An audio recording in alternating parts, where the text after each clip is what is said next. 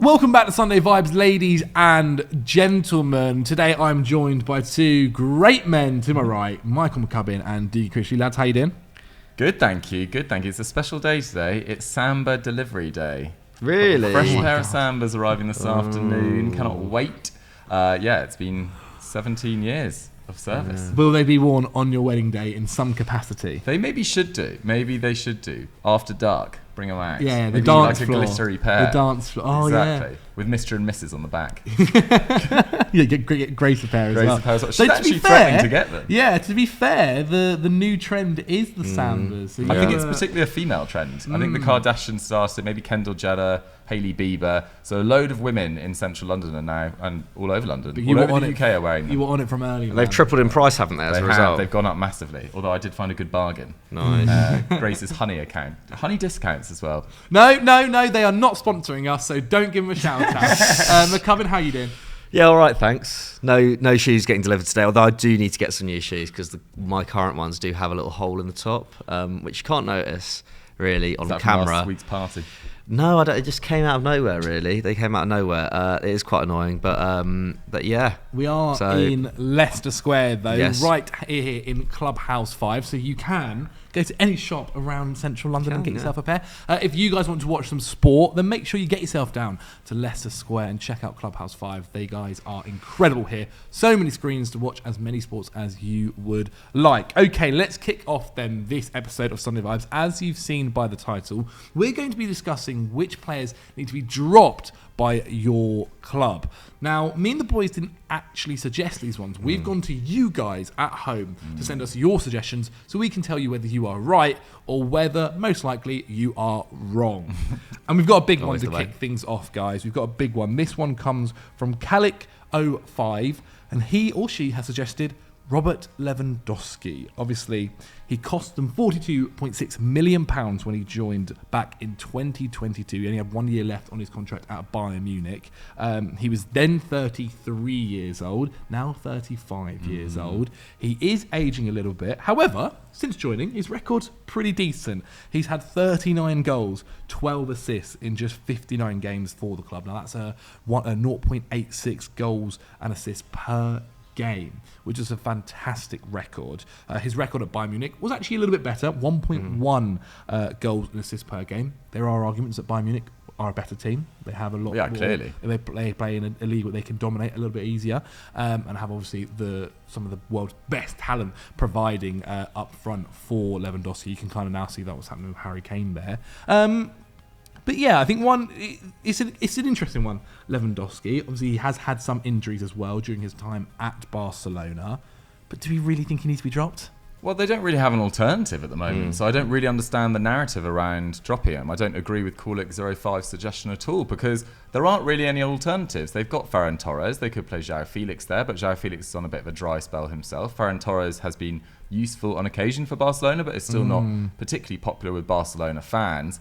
And it just feels like Lewandowski, yes, he hasn't been particularly good since the World Cup, which is coming up to a year ago. So it's not just a small blip. He's not probably been at his Bayern levels, but maybe just won't be again. He is 35. Yeah. And, that record that you speak of, 0.86 goals and assists per game, would be exceptional for anyone other than the truly massively elite, which is Kane, Haaland, potentially Lautaro Martinez now, maybe Victor Osimhen, but he's still right in that top 10, top 6 categories of best strikers in the world. And Vitor Roque, the signing they're signing from Atletico Paranaense, there was talk about him arriving in January, but salary issues mean that looks incredibly unlikely now. So that looks like it's not going to happen until next summer. And at that stage, maybe you can start phasing him out. But for now, he's still so crucial. 33 goals last season. Their next top scorers were Ansu Fati and Rafinha, who were on 10. And Ansu Fati's now on loan at Brighton, doing very well, scored again in the Europa League against Ajax away in midweek. He's also got 6 goals in 13 games this term. It's not Lewandowski of old numbers, but it's not terrible by any means. It's still the most in the squad. Ferran Torres is the only other player with more than 3. So it doesn't feel like Barcelona and Xavi are in a position where they can drop their most experienced player at a time when they're going through an injury crisis and a time when they're desperate to bring some sort of attacking cohesion to a squad there's played quite dull football for quite a while in a very un-Barcelona way. And obviously they've had the youngsters come through from La Masia that have done well, considering obviously their age and stuff. But it's a big step to replace Lewandowski, right? Like, well, I think it comes down to as well that there's just no one's producing, including Barcelona, no one's producing specialist centre forwards at the moment. Yeah. And I think I think that ties into the reason why Barcelona paid 42 million for him when he was 33 years old. There just wasn't another top goal scorer out there, proven, who could be signed at that kind of rate. They had to go for someone who was aging, and yes, his final few years at Bayern were arguably, they were the best of his career. But like Diogo was saying, both of you were saying, expecting him to come in to a club where, that wasn't playing at the level of Bayern, and to over the course of 2 years, put up the same kind of numbers was always going to be a tall order, especially in a league where defences sit a lot more. You probably have a little bit less space as a result. But I mean, he still proved the difference. He still won Barca the league last year, ultimately, and by kind of Barcelona's logic, that's the price worth paying for that. As for this season, he hasn't scored since September. Like Dee was saying, injuries have been a bit of an issue for him. But the lack of an alternative does make this a difficult one. I think why not? I think for his own sake, I think you can't play Lewandowski every game anyway. He given his he has had an amazing fitness record, to be fair, over the years, but when you're challenging on all fronts, you can't play your top aging players week in, week out. Why not play Ferran Torres up top every 2-3 weeks? I don't think that's going to necessarily negate from the side's performances massively, at least if you're not, especially if you're playing against lesser opposition. So your kind of position, not necessarily dropping him permanently, but give him a bit more rotation. I think he does need a bit. I think he does need a rest every now and then. Absolutely. Well, but his age, you'd expect so. Yeah, absolutely. But at the same time, there's Barca have.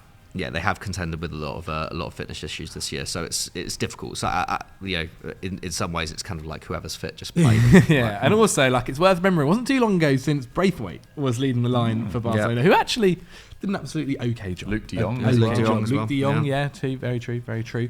Okay then, so we're going to say rotate him a little bit more when injuries aren't permitting. It is worth it, because a lot of Barcelona fans, I put out a tweet about Lewandowski yesterday, they are not starting to turn on him, but are quite concerned about his current form, who obviously watch him more than we do, probably on a minute-by-minute basis. But I think you've got to back your better players. But he is clearly one of their better players. He's also only started 2 games in the league since in the last month and a half. So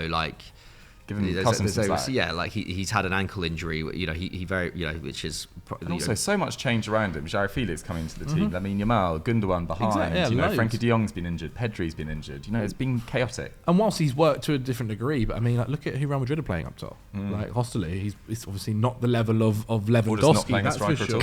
Or not playing a striker at all. Okay, then let's move on to Manchester actually for our next suggestion. This comes from GOMUFC20. Arguments that this is actually Joe Tomlinson's burner account, as he or she has suggested Marcus Rashford, who's having a rough time at the moment. I think it's fair to say. Obviously, last season, I think we need to firstly talk about how good he was for the for England when he came on. He was brilliant in that game. I'm just always thinking about that. I can't remember who it was against, the free kick that goes to the top right-hand corner. Wales. Maybe Wales. That's the one that stuck in my head. But last season, for Marcus Rashford, 30 goals, 11 assists in 56 games in all competitions. Those are frightening numbers, fantastic numbers, especially for a left winger. Maybe not the most creative left winger in the world, much more of a goal-scoring left winger. And he scored in a lot of big games as well for Manchester United. There were times where it felt like he was really the only attacking option, especially going forward, and considering that really their striker was Martial, who was always injured. He scored in the big games, both of their legs in the Europa League versus Real Betis. He scored against Liverpool. Liverpool. He scored a brace against Arsenal. Scored in 8 out of their 9 Premier League games between the December the 27th and 19th of February, and also in the Carabao Cup final against Newcastle. So yes, last season, incredible. This season, things aren't going as well. He's got 1 goal and 3 assists in 15 games in all competitions. He hasn't scored in the Premier League since the 3rd of September, which was also against Arsenal. And his minutes per league goal contribution are now at 424 minutes compared to 131 last term. So yeah, statistically, not going great. Visually, I think that even more so. Visually, it's going really wrong as well. And I feel for him because I think if you look at Marcus Rashford's career, there is a trend of this kind of performance and seasons happening, where he'll have seasons where he at times is carrying the team on his back to the point where he's even getting back injuries, and then the next season it goes downhill and he's got nothing to it, or there's no way of him kind of contributing.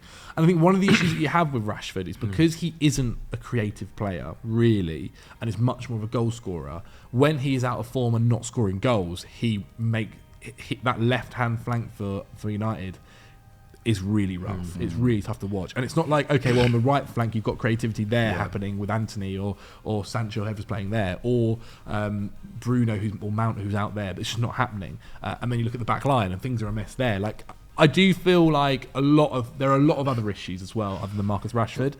But obviously, because of how good he was last year, he's going to be the main talking point.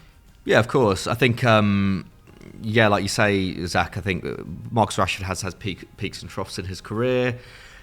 This season, it's interesting. Like, a lot of Rashford's numbers are actually up this year in terms of his shots inside the box, but the actual quality of those shots has gone down a lot. Like, his XG per 90 has gone down by almost 0.2, which is a drastic drop off considering that the actual volume of chances that he's getting has gone up, especially in like supposedly good areas. And I think that just points to United's attack just not being anywhere near as effective as it was last season. Like, I don't think you can get shots away in the box, but if you've got like 2 or 3 defenders closing down that shot because like the attack just you haven't actually penetrated the back line properly, goes to show that. And it's it kind of makes a mockery of like Ten Hag wanting United to be the best transitional side in the world. Like that, we just haven't seen that this season. Bar 1 or 2 games where actually the Arsenal game, like I think United actually in transition were pretty good, and that was the one game in which he scored this season.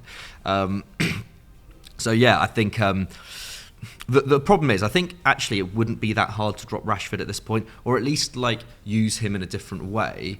And I guess a good example would be against Copenhagen, where we saw him move to the right and Garnacho on the left, and actually United looked pretty good for at least in that first half before his sending off. I think that's probably the answer, to be honest, because there aren't very many viable alternatives. Garnacho, generally speaking, he's still very young, but starting games has never looked particularly effective. Yeah, he's always been an impact player. He's always looked very good as an impact sub, but starting games has... I think he feels more pressure, like his decision making is just never really there, gives the ball away an awful lot when the easy pass is on. So I wouldn't say in the long term that's the most viable option, although it's the only one that United really have. I think, like you say, on the right-hand side, Antony hasn't been up to the mark. Sancho's probably going to leave in January. Amad Diallo's out long term. Pellistri, again hasn't. I just don't think he's there. Like he's still very young. He will be there, or you don't know. He just needs more game time outside. Like, I think it's hard to know, to be honest, with Pellistri. We've seen a few glimpses, but like in terms of playing against tough Premier League defences on a week by week basis, I don't think we've seen enough. So I guess the alternative is either that, or you go for a front two with Højlund and Rashford, and you have Højlund playing a little bit more as I wouldn't say necessarily facilitator, but having Højlund playing a role where Rashford can run off him, because we know that Højlund can do that. He is quite a 3-dimensional striker. And obviously you don't spend £70 million on a centre forward just for them to accommodate Rashford. Yeah. But if you do want to get the best out of Rashford, that is an option. But I think probably playing him on the right, even though it's not necessarily his best position, just for the balance of that attack. We've seen, I think Solskjaer used to do it, and it would generally aid the attack. I think it was there was a period of time when Pogba was playing on the left and Rashford was playing on the right, and actually United played pretty well like that. It's not perfect, but I think that's how you get around this situation. I think dropping him completely, United's attack just isn't good enough to drop him completely. It just isn't. United from front to back isn't good enough to drop. Probably its best player of the last 3-4 years. Let's face it. In Marcus Is it Rashford. a coincidence that since Luke Shaw's been injured, we've also seen a drop off from Marcus Rashford? No, I don't think as that's well? a coincidence at all. No. I think Luke Shaw and him have a very good relationship for England and Man United. I think the fact that no Man United player is doing well, at least in forward areas. I mean, no forward player has scored more than one league goal. I mean, the top scorers are Bruno and McTominay with 3. I think I agree with Mikey. You can't afford to drop the player that has not just experience of excelling for Man United, but recent experience of excelling for United. It was only last year that he scored, close to 30 goals in all competitions. So, it's not the time to drop him. The unfortunate thing is, he's playing well on Wednesday night, was it? Against Copenhagen, gets that red card. Quite unfortunate. Was it a red card, do you think? I think it's really unfortunate because he's clearly not trying to even touch the guy. He's trying to clear, trying to shield the ball. The still image looks really bad, but I was saying on Continental Club, I think you need to get rid of still images in terms of VAR reviews. It's not how football is. Should be. Ten Hag agrees with you. The situation has to be taken into account, and it was clearly an accident. It was clumsy. It was a foul, I think. It's probably an orange because on the still image it is quite a bad stamp. But I thought it was a really soft red, but I wasn't totally surprised, if that makes sense. But at a time where United need their bigger players to step up, and Højlund's been excellent in the Champions League. Bruno I thought was brilliant up until the second half on Wednesday when things just slightly fell apart. But they needed Rashford for Galatasaray away. They needed Rashford for Bayern Munich at home, and now they've lost their most potent attacking threat at a time where they needed them most. So I wouldn't drop him if he was available, but for now they need to learn to live without him. Very true, very true. I mean, it'll be interesting to see what happens. Let us know what you guys think. Should Marcus Rashford be dropped? Should it be reshaped, put onto the right wing? Should it be a front two with Højlund as well? Let us know in the comments below. We're going to go from Manchester now to East London, to West Ham. Don't know why I did that. From a suggestion from Limpan FN, who says Michail Antonio needs to be dropped. You know what? Well, of all the names that I thought we'd talk about, it wasn't going to be Antonio. I think he's someone whose career he's had a really respectable football career, considering obviously where he began to now being a European winner. Conference League, but no, the West Ham fans will tell you, European winner. It is a European. We've got a West Ham fan behind the camera. It made him sound like he'd won the Euros. No, that is what the West Ham fans will make you believe, mate. And they also won the World Cup. But yes, Antonio, 33 years old. He's now played 40, and considering this is a player that actually for a large period of his career was known as an injury-prone player, when he featured at right back and so on and so forth. 47 games out of 48 games he's played in the last 2 seasons. He's only missed 7 league games in the last 2 seasons as well, which is incredible considering his history. And considering how many times they've tried to replace him as well. Yeah, and you know what? That's the Antonio that you love, man. Like, whenever they go and buy and spend money on bringing in this striker like Scamacca, who I feel like we kind of said originally was never going to quite fit the system that they wanted to play. Anyway, I had quite high hopes. Didn't work out. Who was there to pick up the pieces? Michail Antonio. Danny Ings. Maxwell Cornet. Exactly. Never Seb quite. Haller way back when. Seb Haller, Jesus, and that's really when he started to kind of go off in Antonio. But look, they've tried to replace him a few times, and he is like a cockroach. He will not go. That sounds really harsh. That sounds really harsh. He's actually a lovely guy as well. We've met him a few times. He's fantastic. But look, when you look at his season this year, it's started really well. 2 goals in 3 games. One was against Chelsea, another was against Brighton. However, in his last 10 games, he's not scored a single goal. And when Antonio isn't in his purple patch, this is what we know him to be. Someone who might pop up here and there, but really isn't the kind of striker that you want for a West Ham side, who are 1 in European competition and 2 actually fighting quite high up in the table, it's not going to be the best thing for you. Obviously, they've got other players who they've got. I was going to say they've got quite a few goal scorers around the team. Yeah, like and they Bowen do, and there are questions whether Price, Paqueta occasionally from midfield, and there's a good shout as to whether he helps link them up with that, and does he do a lot of the one thing? He's always been a hard worker. He's always someone that does, and I think that's why you see David Moyes always kind of go back in for him.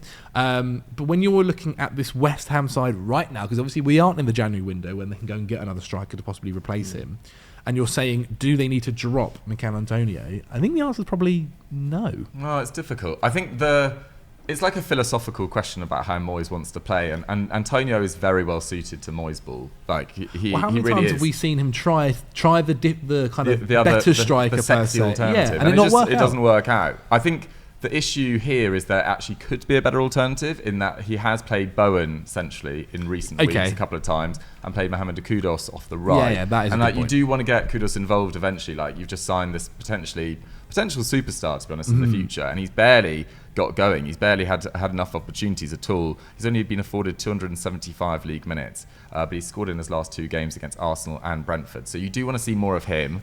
So this is an alternative. Bowen's also played up front in the past for Hull. Yeah, he's fantastic. And he was awesome at it. But it is, if you're pumping up long balls and playing on the counter-attack, counter-attack works perfectly well with Bowen, but he's not the physical specimen, obviously, that Antonio is. And Bowen's actually got back to form playing on the right this year as well. So do you want to risk that? I mean, we're talking with Mike Atkins, who's behind the camera right now, about the other alternatives. And there's a youngster that the West Ham fans are very excited about, Divine Mubama, 19-year-old local lad. He scored last year in the Conference League, but West Ham fans are seriously excited about where this guy could go. They want him to get more minutes. I think it's a big call to drop Antonio for a 19-year-old at the moment, but they could definitely give him a run out. Now I think they've all but qualified for the next round. I know they lost to Olympiacos in the previous game, but they've done pretty well in the Europa League. So there is that option. As I was saying, there are goals from around different areas of that team as well, but it does still feel like they're not quite ready to let Antonio go. I just always feel like no matter what happens, Antonio is always back in there by the end of the season and doing a half-decent job. I do agree that Bowen, obviously they signed Bowen to a new contract now as well, which for a long, long time. For his entire life. And for his entire life, really, to be quite honest, yeah. He's becoming director of football after he has That's what's the Mark Noble, exactly. The Mark Noble route. But yeah, I think you are right with Kudus. Like, you do need to get him into the side more, and he has had impactful moments. Obviously, when you look at West Ham's last few games, previous to obviously this week, they were not many wins. They'd won one game out of 6, and it had not been great. And Kudus, I think, is somebody that arrived in the summer, was heavily looked at by a lot of clubs. Brighton were after him, Chelsea at one point were looking at him, but then who weren't Chelsea after? And is he right? He's a very exciting player, and I think it's always kind of felt that Bowen's natural transition would be a striker ever since he's kind of had minutes there and looked half decent, and then, but as you said, this right now right wing is where things are working for him. But really, you've got someone there who could be a really an elite talent. Well, you can also play in midfield as well, but they've got they've got Souček, they've got play Alvarez, up top. who I think started He really can well. play up top. You can play up front. I think that's the advantage that Moyes has, is that they are all quite versatile players. Like Paqueta can play in a midfield in a double pivot if you really need him. So Ward-Prowse has played at number 10 at points this season and looked quite good, I thought. Like you say, Kudus could play up top, but I don't know whether actually Moyes' style of football suits that fluidity. It's a bit of it's a difficult one in that sense. Really, in an ideal world, West Ham would have just bought Ollie Watkins back in 2020 when Aston Villa signed him instead. He would have been perfect for this kind of system. Are there better managers out there given the attacking the quality that he has on his hands? Definitely. And the fact that he keeps on coming back to Michail Antonio, I think, is testament to that. He's so trusted in his system that. And also, as we were alluding to earlier, the striker market has been pretty poor for a while now. Could they could have gone out and try and sign someone like Jonathan David in the summer, but that didn't happen in the end. I think West Ham just have to make centre forward a priority once again, whether that be in January or the summer. But for now, I mean, they'll be fine. They'll be fine, West Ham. Like, an 11th or 12th place finish, like, is probably as bad as it will get for them this season, and that is absolutely fine. Like, and considering where they finished the league last year, and losing Declan Rice, and a decent run in Europe's fine, and they signed well in the summer as well. I don't think West Ham really need to worry too much. Like I don't think Michail Antonio has been great this season, but has he been bad enough to be dropped once and for all? No, but like, I think it could be an interesting time to experiment. I think the West Ham front three come the end of the season will see a Bowen, Kudos featuring in there, and so which evidently probably means that Antonio probably drops out by the end of the season. But to get to that point, have to have a little bit of rotation. I mean, there is a worthy reason for it. I mean, his stats have gone from 1.9 shots to 1. Like, his XG has fallen below the level of Rafael Varane this year, and Matty Cash. Like, he's not playing his best.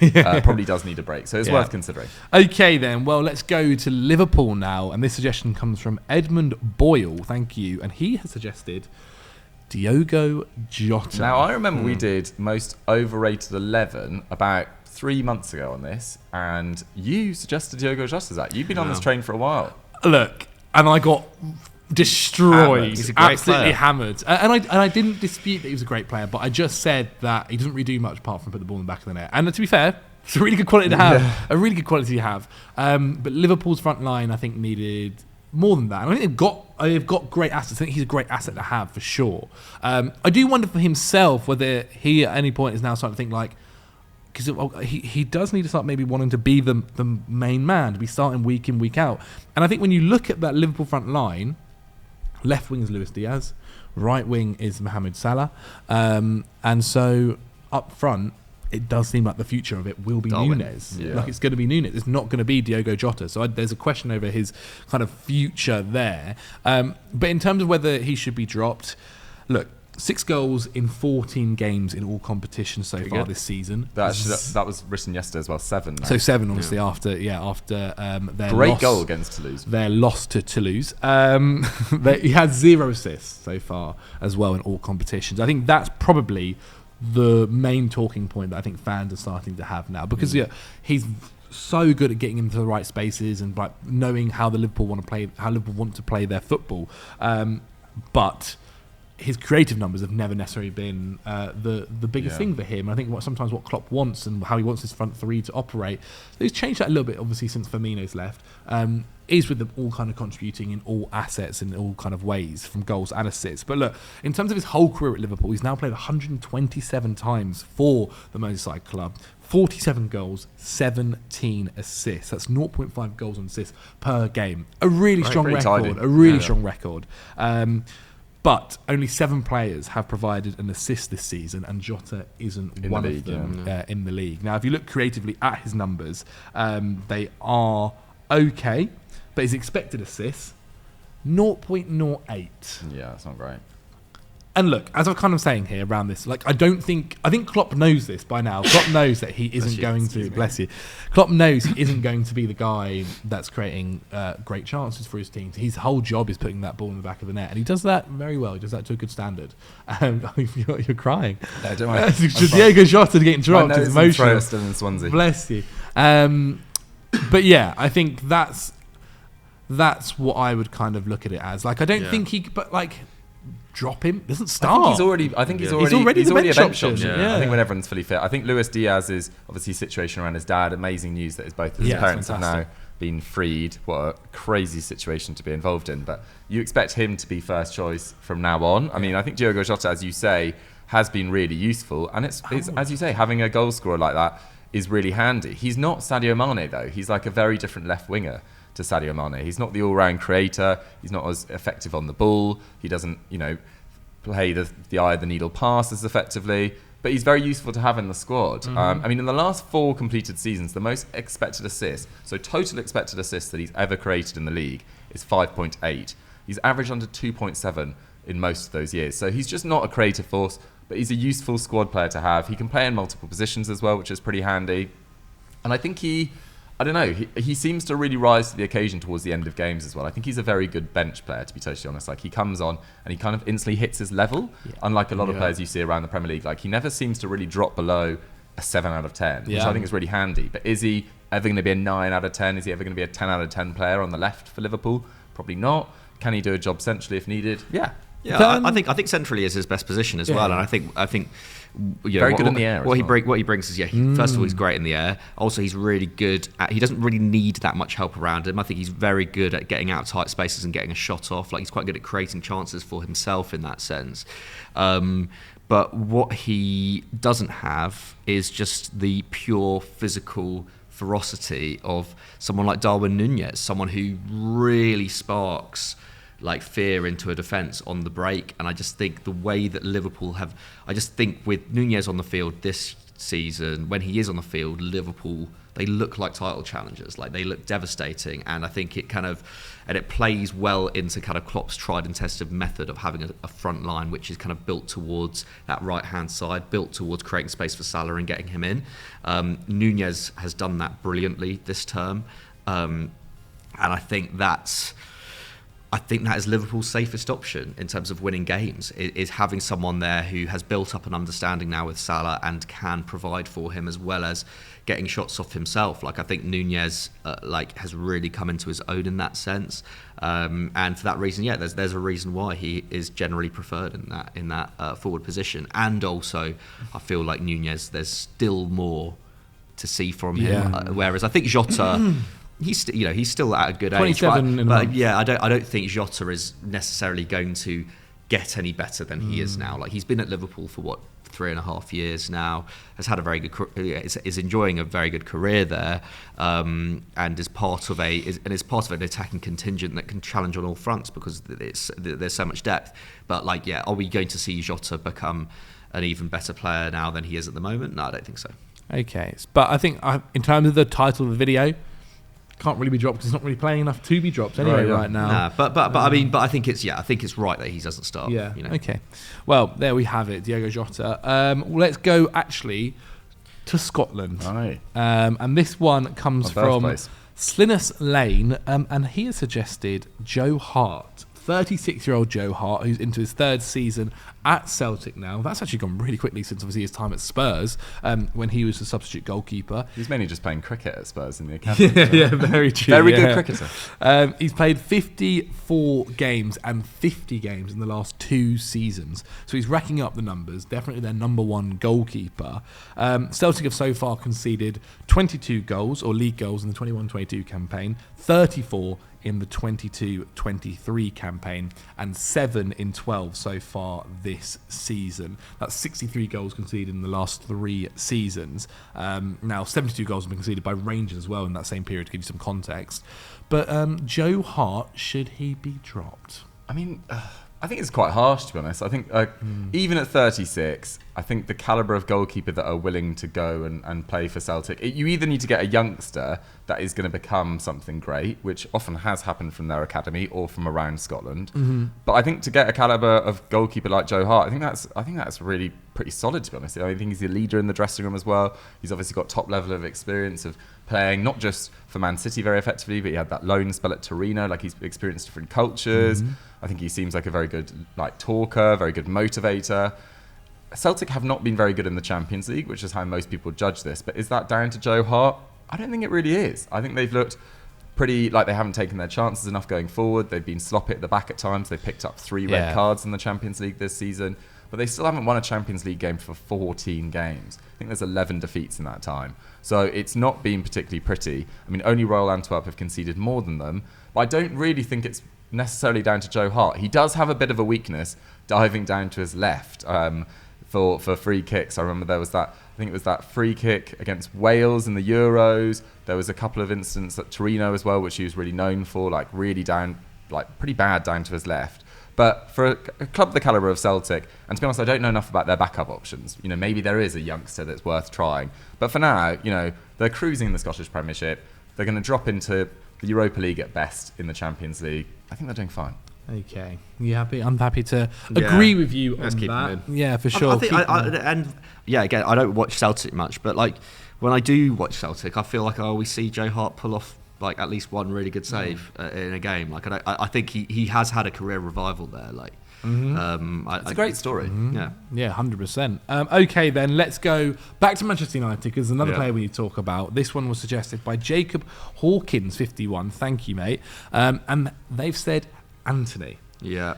Now, this is probably one of the biggest talking points about a player so far this season. He's actually played 7 League and Champions League out of 15 possible games for United this season. So just under half. Obviously, there was that period where he was not even in the country. Statistically, 0 goals, 0 assists so far this season. His shots have dropped. His key passes have dropped. His XG numbers have dropped. Everything has essentially gotten worse. But I don't... Again, like, I think, is he playing enough to be considered to be droppable now? Like, I think this was a conversation about a month ago. This is more of a thing about selling, I think. And just because I don't think he's really going to be first choice. And he doesn't really seem like he's got a long-term future there, or definitely needs a huge turnaround. But with Sancho looking more likely to leave in January, I don't think he will. Can they afford to get rid of him? After spending how much they spent on him as well. Well, exactly. And he's only been there, just over 12 months. Yeah, and it would reflect really badly on Ten Hag as well. Like, I mean, Ten Hag is essentially, by freezing out Sancho, has basically, given himself no option but to play Antony. And even last year, even last summer, it was a really, really bold decision to go and sign him when he had Sancho, who'd only arrived for 70-odd million the year before. A lot of pressure was put on Antony to perform, and last season, he had glimpses. This season has certainly not been good enough. But I think it goes back to what we were saying before. I think, for that United attack to function well, I think you need to put Rashford on the right, and so Antony certainly shouldn't be starting for United. I think that there's other issues away from the pitch as well, in terms of what his future is at the club and how the club need to respond to that. But I think when you spend that much money on someone, especially in United's position where spending has caught up to them in terms of FFP over the last year. If you sell him, he's going to go for 30 million tops, probably 40 million tops. That's 40? The reality. Yeah, well, the guy can't do anything. He can cut it and score, but he can't even do that right now. At the moment, he can't. No. 8 goals and 3 assists in 55 games just isn't good enough. It is really poor. It's really poor. I think we've spoken obviously a lot about Antony and how bad he's been at Manchester United. And I guess from droppable, not even playing enough to be dropped. And as Mikey said, with our new solution for Rashford, he won't be in the team anyway. I mean, Joachim Anderson's created more chances than him this season. Joachim Anderson's having a great season, though. He is goal. A real steal for FPL. Okay, so we're saying that Antony is just trying basically to get rid of him. Yeah. Exactly. I don't know, man. If they're going to sell Rashford, they can't even get. They really can't. They're not going to sell Rashford. Sorry, I meant to say Sancho. Yeah, Sancho. Yeah, it'd be a. It'll be interesting to see what happens. Definitely not in January. I genuinely if Amad Diallo had been fit this season, I really think he would be starting for United right now. He's supposedly close to being fit again, isn't he? I think it's in the new year, is it, or is it a bit? Or I is think it a bit sooner? Yeah, it's annoying because we were really hoping to get him back in January, but I don't think we will. Yeah, no, there's so he'll play for United. And we've not really seen him perform that well for United so far, but that was before the Sunderland days, and he was so good for Sunderland last season. It's a shame because he would have come into that pre-season full of confidence. But I think I can see Amad getting minutes once he gets back. I mean, he was exceptional for Sunderland. I did a podcast with it was a guy who creates your all-time 11 for your own club, and I put Amad Diallo in my all-time 11. Wow, for Sunderland. Yeah. Sunderland's all-time 11. Well, I've seen. He was that good. Who else would have been at right wing for you? Ahead of Seb Larson. I had Seb Larson in midfield. Yeah, along with Bolo Zender. Nice. And Jordan Henderson. It was a good midfield. It was very good midfield. Who's your striker? Oh, Phillips. I had Kevin Phillips. Yeah, of course. But then I was playing. It was a bit of a. I actually think I had Amad Diallo in the hole, and then I had Jermaine Defoe and Kevin Phillips. Defoe and Asamoah Gyan as well. I was tempted by Darren Bent. Defoe, Darren Bent Phillips scored. in the same team. Darren Bent scored something like 22 league goals for Sunderland in the Premier League one year. He bagged you £24 million as well going to Aston Villa, didn't he? That was a but big... he did leave when they were below us in the table. Solid. I've never really forgiven him. Solid. Okay, then. Well, let's move on to our next player. That's a And bit of this a Sunderland one, detour. It's got to happen, mate. we can do a Sunderland podcast one day. Don't worry. And this one's actually probably going to be a little bit more debatable than I think part of our other ones. This one comes from Proper Sports with an extra S on the end of their name, and they've suggested David Raya. Obviously, he came into Arsenal on loan with an option, I think it is, to buy for £27 million. And since the 17th of September, he has replaced Ramsdale in goal. Ramsdale is now only really getting Carabao Cup minutes at the moment. You see maybe FA Cup minutes as well once that starts for Arsenal. And hasn't really looked amazing in those minutes either.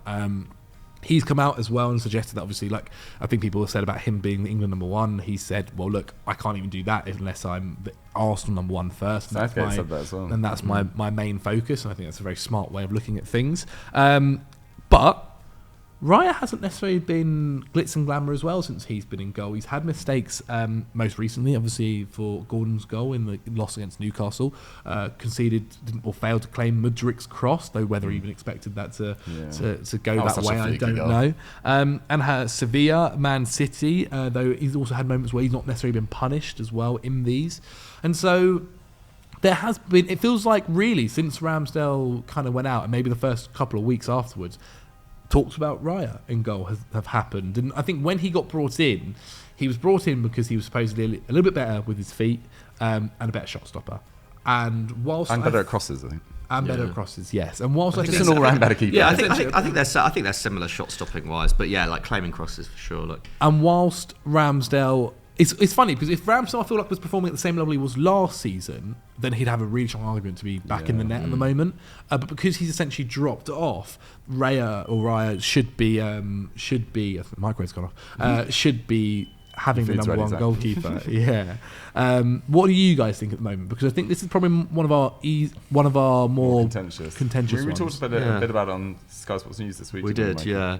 It was interesting. I was reading something about Raya as well. Like his claim, he's claiming 20% of crosses that come into the Arsenal box this season. That's a really, really high number. Like Ramsdale is down on 7%, and actually 7-8% is what Raya was claiming at Brentford. Wow. And I was reading an article about the way that Raya approaches. Like he starts on the edge of his 6-yard box usually when crosses are coming in, especially from deep, and then will often come to claim. You saw that for the Mudryk goal. But yeah, so but I think the difference was at and that 20% claiming of crosses, it's probably a little bit deceiving as well, even though it's a very high number, because I mean that shows just how much he is coming out to claim crosses. It's not like he's claiming 20% of the ones he's going for. He's claiming 20% of crosses completely. So like that's quite a high. So 1 in every 5 crosses that's coming into the Arsenal box, Raya is going for. And I think it's a case of decision making. We saw that against Newcastle in particular. That I think it's a bit of a goalkeeper confidence problem. Like maybe Raya just isn't putting as much faith as he should in that Arsenal back line, because he clearly did at Brentford. He clearly had a lot of faith in Pinnock and in Ben Mee to head crosses away. And even though at Arsenal he has someone like Gabriel in front of him who is supreme in the air, not just Saliba is also excellent at stopping crosses as well. Raya seems to be taking it upon himself to maybe put himself in positions when he shouldn't. Yeah. So I think that's basically it. I don't think Raya's all-round game has really diminished all that much at Arsenal, but it's in those moments, and those moments do define you as a goalkeeper. Sadly, it's just the nature of the position. Those decisions are the ones that we talk about. And before the Newcastle game, I would have been like, it doesn't really matter. Like, I don't actually think this is the thing as well. It's like, it's a difficult one because I don't think Raya is that much better than Ramsdale, really. They're at quite a similar level. And so I think this is where the debate has started. If Arteta had gone out and spent 40 million on a goalkeeper who's clearly better than Ramsdale in like every single on an aspect. Alisson-esque goalkeeper. It doesn't even need to be Alisson-esque, but I just don't think I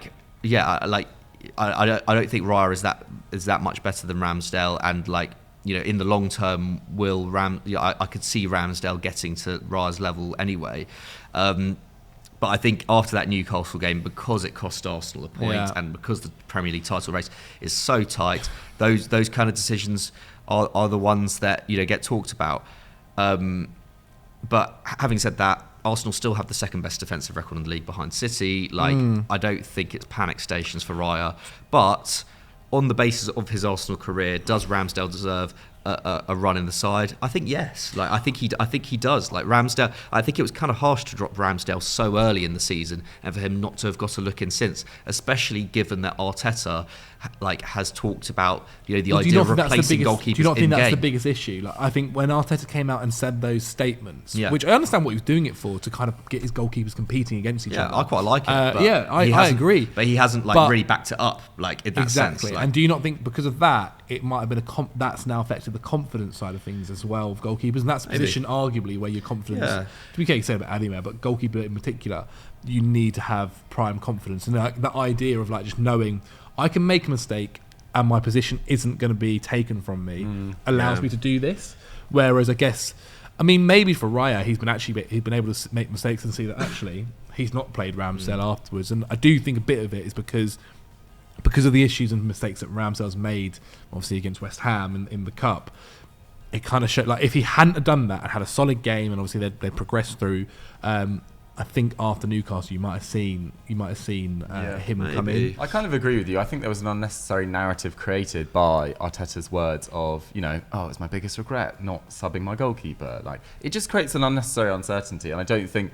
It creates a media narrative every time there's a mistake from your goalkeeper. And mistakes from your goalkeeper happen all the time. They probably happen once every 10 games. And that's probably more. Probably more. Yeah. That's probably quite a good run. So I think Raya's been fine, but every mistake's being magnified. He's playing for a much bigger club now that are in the midst of, hopefully trying to get involved in a title race this season, from a club in Brentford whose primary aim most seasons was to finish mid-table. It's just a completely different microscope.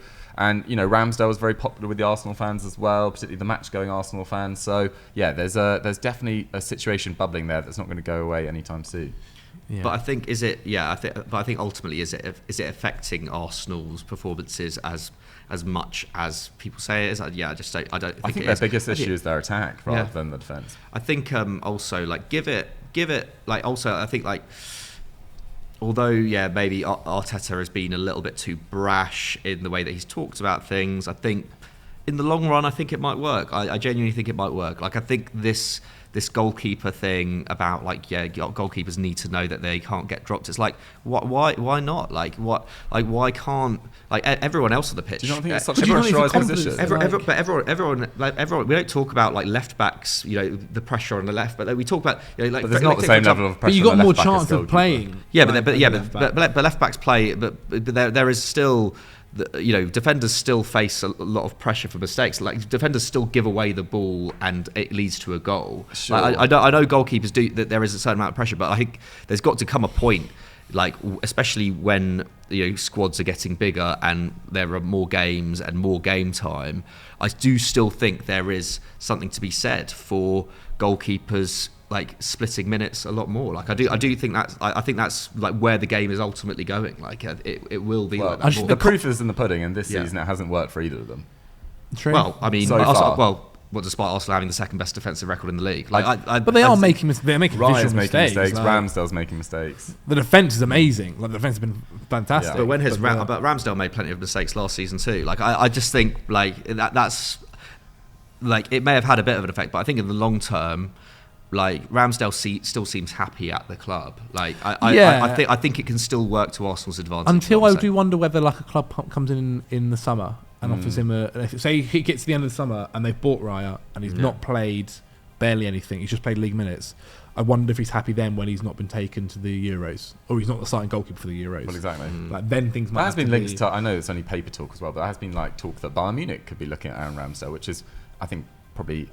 Bayern could maybe do slightly better than Aaron Ramsdale, if I'm totally honest. But he will have interest from clubs around Europe. He is a very high potential goalkeeper. I don't think he's anywhere close to world class at the moment, but he's on. He's got a lot of great attributes. Okay, I think that was a really good discussion. Again, let us know what you guys think in the comments below. Which goalkeeper should be starting for Arsenal, and do you think that Raya should be dropped. Let's go to Germany then, and let's try and rattle through some of our other ones before the end of the video. We're going to go to Borussia Dortmund. This one comes from Valentin's...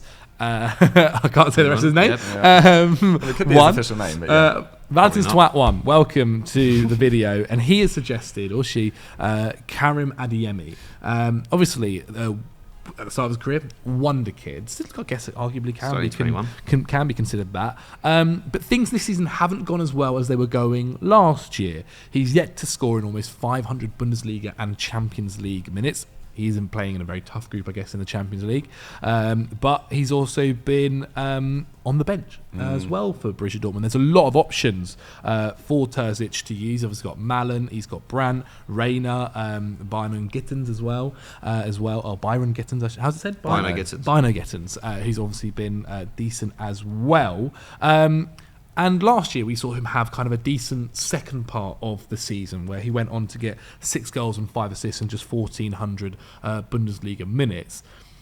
But this year, yeah. I mean, I think Borussia Dortmund fans have a right to kind of look at it and be like, well, we've not really seen any contribution yet. Why do you think that's not happened?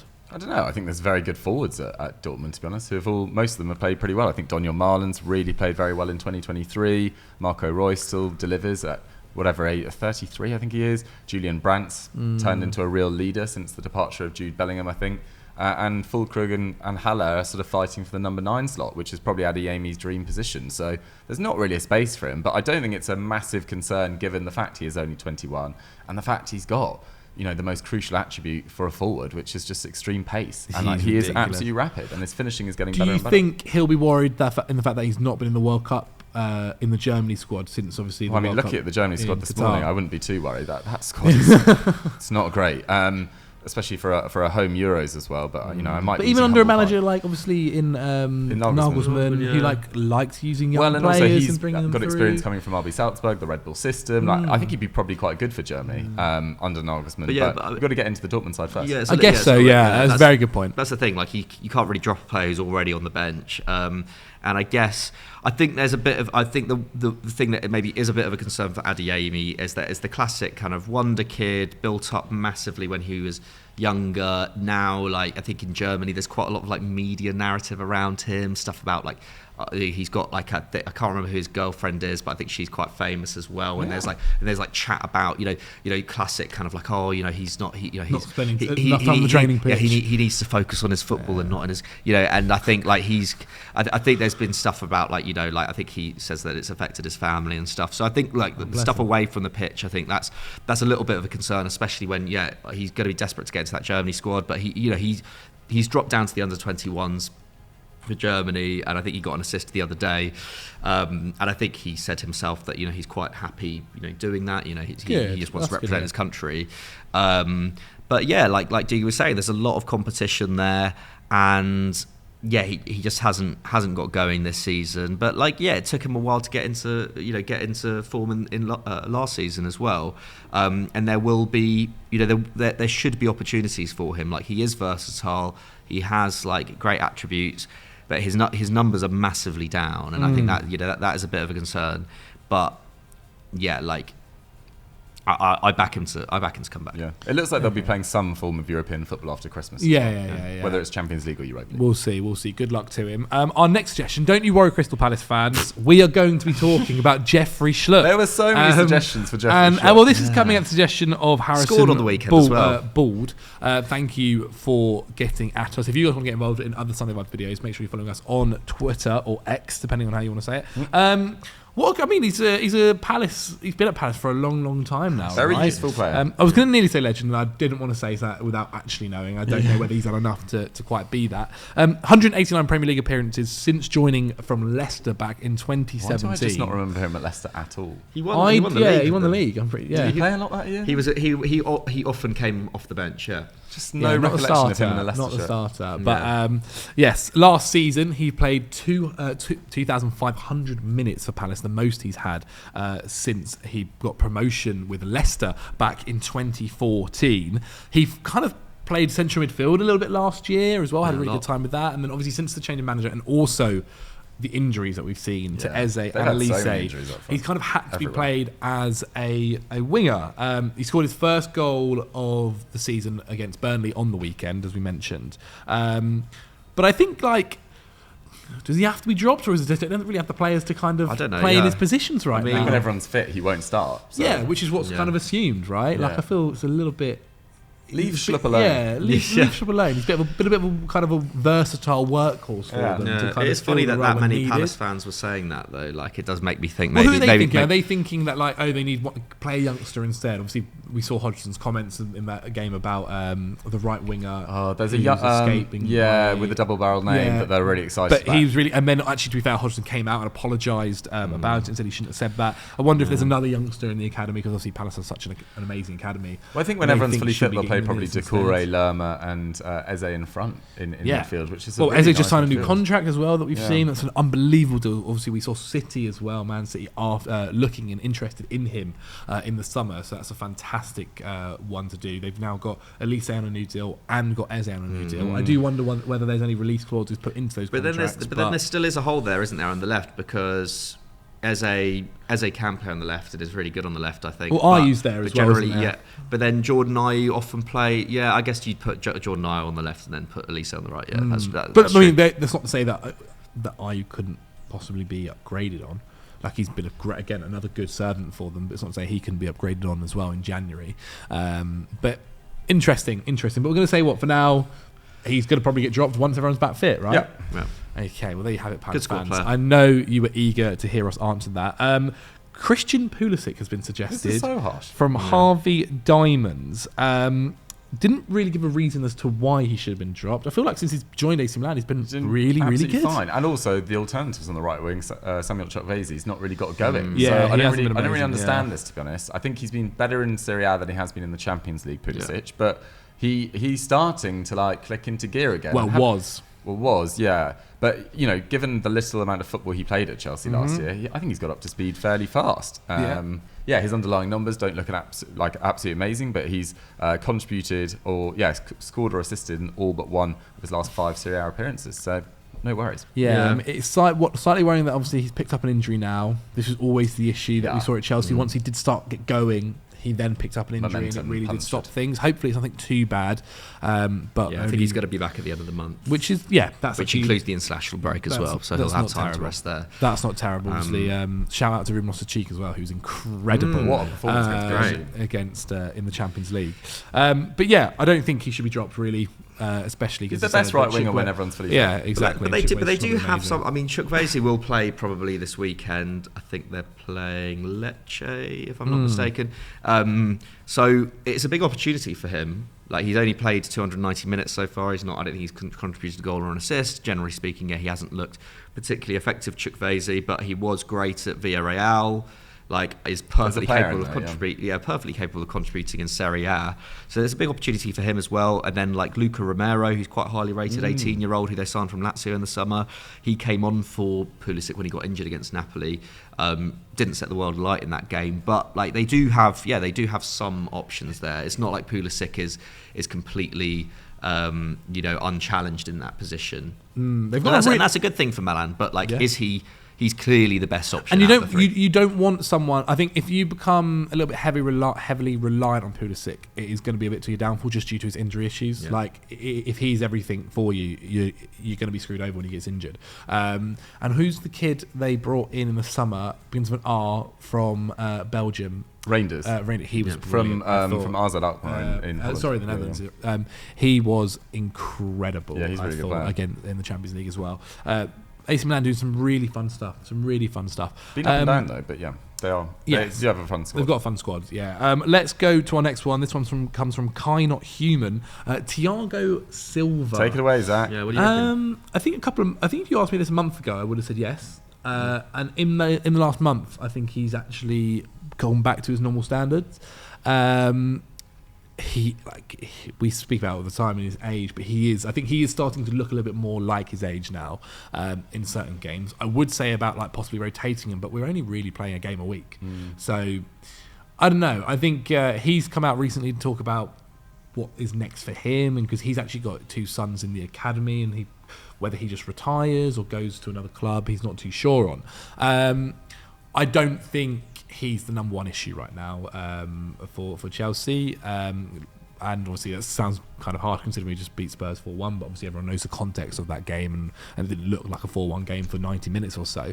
I don't think he has to be dropped right now at all. And really, like, the replacements, I think if the one person that could have maybe actually been a bit more of an argument is Disasi, who we've seen come in as centre-back, kind of push Colwell to left-back, and we've seen him coming at right-back.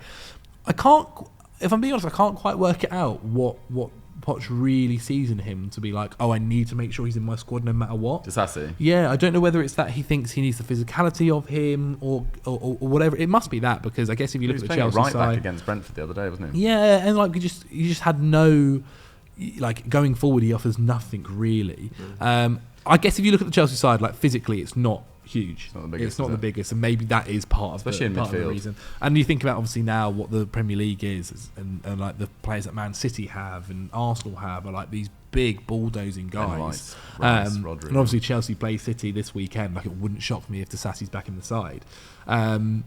But yeah, he's probably one I would have maybe been a bit more like, because that means that Cole can play left at the back and so on. Also and so takes forth. a bit of pressure off Disasi as well, because he has made the odd mistake here and there. Yeah, and he's I really rate him as a centre back. I think good. Yeah, I think he's good, but like I think. I think it wouldn't hurt to have to give him a little bit. Also, Badia Shields there, who's back from injury. Fofana, God knows when he'll be back. Why not try Disasi and Badia Shield as a back two? I think we have. They have, but like for like a 3-4 week period. Obviously, they played that at Monaco together. Yeah. There's also a little bit of me. This sounds mental. Of being like, I want to see two left backs play centre back in Colwell and Badia Shields. You never see it. See whether that means anything, but that's just me being two left backs play. What do you mean? Sorry, two left-footed. Two left-footed. Players. Okay, yeah. Okay, let's do our last one then, so Doogie can go and cough his guts out. This one comes from J Stringer 0, and they've suggested Alexis Mac Allister. Now, he's brought in the sum of £35 million. He started all 11 league games for Liverpool. He's fourth in the squad, actually, for minutes behind Szoboszlai, Salah and Alisson. And if there's one player that I think I was looking at Liverpool squad, it wasn't going to be him that needs to be dropped. Really? Do you think? Yeah, I think the alternatives... Obviously, it wasn't their plan to play Mac Allister as a 6 for the entirety of the season. Maybe they'll dip back into the market in January. They obviously wanted Caicedo, they wanted Lavia. I'm sure they were looking at other targets as well. They've been linked with Andre from Fluminense. Yeah, obviously they've got Endo there. They've got Endo, but I don't think Endo's pulled up any trees in the Europa League. But then it is quite difficult playing a game every 2 weeks and coming on late in Premier League games. I think Mac Allister's been pretty good in the Premier League. He's been absolutely fine. Really good. For a guy playing not his natural role in a side where they're still getting used to each other, pretty new midfield, Szoboszlai pushing forward. I think Szoboszlai and Mac Allister have both done a pretty good job, to be totally honest. Liverpool's defence hasn't been perfect this year. I mean, they're fifth for XG against, and their XG against per game is 1.3. That's compared to Man City's 0.7, which is the main reason I don't see them getting into a title race, to be totally honest, coming to February time. But for now, he's the perfect player to have in that role, and fair play to him for just doing a role that he didn't really necessarily do as a lone 6 at Brighton ever, and doing it so effectively. Yeah, I think again, he isn't at all. If you look at the list of players for Liverpool playing or starting, not one that needs to be dropped. And if anything, you can move him from that position to play another position in midfield, but definitely not one of the players to be dropped at all. I think him and Szoboszlai in that midfield are without a doubt the ones you cannot drop. And then the other person is are you going to play Trent there? Are you going to play Endo there? Are you going to play Thiago when he's fit there? Whoever it might be, Gravenberch there, whatever it might be. Not dropping him. I mean, that's... But this is... but also, if Klopp is really worried about, them leaking goals and teams playing through the midfield, which actually, hasn't been that big... It hasn't been as big an issue as maybe we would have thought at this stage of the season. You could play Mac Allister and Endo as a double pivot potentially, or play Mac Allister and Gravenberch as a double pivot. All of these players have played that role before and are comfortable in that role. It's just that he's signed a lot of players.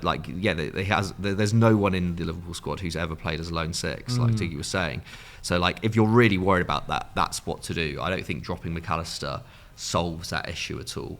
Like ideally, what you have is like go January or the summer, and they sign a specialist 6, and then you have Mac Allister and Szoboszlai playing on either side, which would be a dream. Yeah. But at the moment, like I think this is that's probably their only option if they really wanted to tighten up in that area. Well, there we have it. That is all our responses to the players that you guys think should be dropped from your clubs. Let us know in the comments below what you guys thought of that. Do you think those players should be dropped? Are there any players we've missed out that you think need to be dropped by your club or their club? Let us know down there as well. If you've not already seen Continental Club that went out on Friday, make sure you check that out on the Football Daily channel. Subscribe to the channel, like the video, follow us boys on all of the social medias, and we'll see you guys tomorrow for Monday Vibes. See ya. P.S. I can only apologise for my coughing.